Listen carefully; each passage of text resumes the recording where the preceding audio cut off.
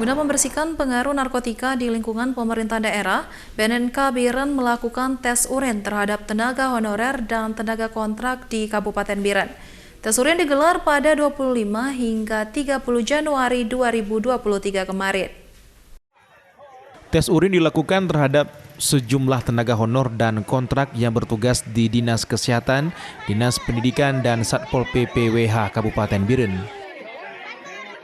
Menindaklanjuti Kanun Kabupaten Biren Nomor 2 Tahun 2022 tentang pencegahan dan penanggulangan terhadap penyalahgunaan narkotika, psikotropika, dan zat adiktif lainnya.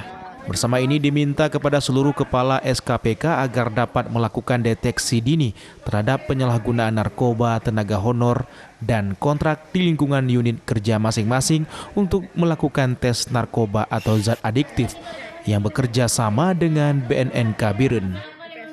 Hasil tes narkoba atau zat adiktif akan menjadi salah satu syarat untuk melakukan perpanjangan SK kontrak tahun 2023 di lingkungan pemerintah Kabupaten Biren.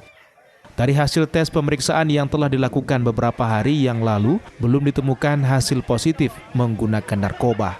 Tidak ada toleransi bagi siapapun pegawai di Pemkab Biren yang terbukti memakai narkoba yang nantinya akan diambil keputusan oleh Bupati.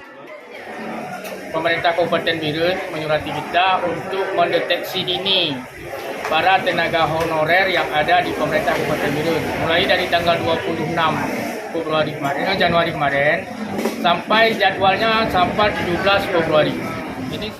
Deteksi dini dimaksud bukan saja terhadap tenaga honor, namun akan berlanjut terhadap ASN dari jabatan yang tertinggi hingga staf jabatan terendah di semua dinas SKPK.